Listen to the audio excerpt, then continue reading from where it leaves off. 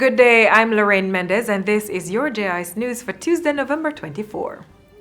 Government is working on a plan to fast-track internet connectivity in rural areas. Technology Minister Daryl Val says he will provide more details on the plan in Parliament shortly. He was speaking at this weekend's launch of a public Wi-Fi hotspot in Maypen, Clarendon. It was set up by the Universal Service Fund and can accommodate up to 1,000 connections at a time. The provision of these public Wi-Fi hotspots is part of our mission to ensure that all Jamaicans have access to the internet and forms a significant part of transforming Jamaica into a truly digital society. The Technology Minister urged users to be careful of their online presence and the information they share over the internet, but also to use the technology for innovation. Technology has the power to drive economic growth and contribute to overall development, and the time has come for us to produce tangible products and services which can help to grow the Jamaican economy.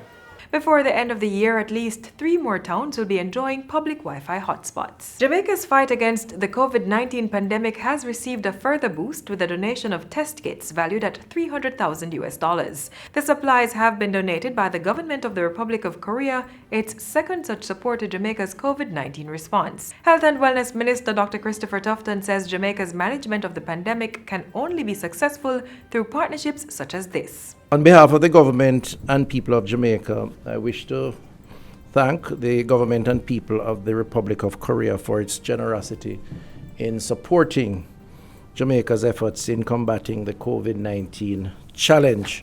In April, the Korean government, in collaboration with the Korea East-West Power Company, donated 2 real-time PCR systems for testing and analysis. This was in addition to DNA-RNA sample kits capable of testing 7,500 samples and real-time PCR sample kits also capable of testing 7,500 samples. The Southern Regional Health Authority has provided community health aides in Manchester with 140 home visiting bags and other equipment to support their COVID-19 intervention efforts. The home visiting bags and equipment contained inside cost 17.3 million Jamaican dollars.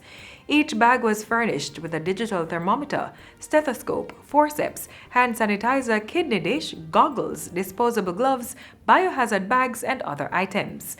A similar provision of 460 bags was made for community health aides in Clarendon and St. Elizabeth. As part of its COVID-19 fight, the Southern Regional Health Authority most recently recruited and trained 219 community health aides.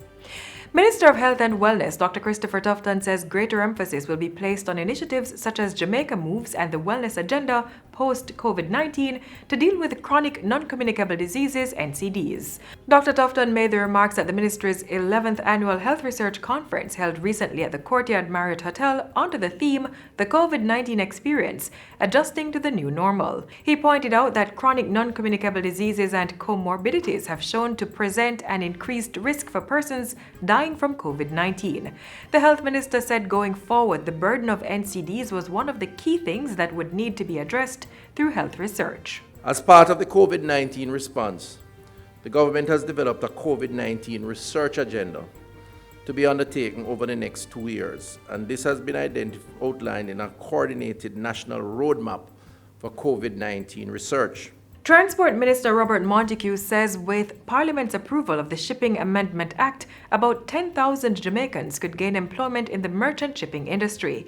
Minister Montague says this was determined following discussions with the Ministers of Tourism and Labour to assess the local shipping market. He says the Shipping Amendment Act will enable Jamaica to meet and honour its obligations under the Maritime Labour Convention and give effect to our decisions.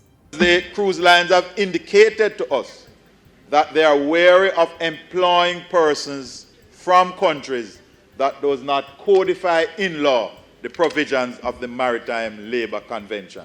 So we are taking a very important step today. Minister Montague was speaking in the House of Representatives recently. The legislation includes plans to improve the leave entitlement for seafarers, as well as their minimum working age and the availability of remittance services on board ships. It also covers provision of free water for workers and making ship owners liable for burial expenses and the health protection of all seafarers working on board their ships.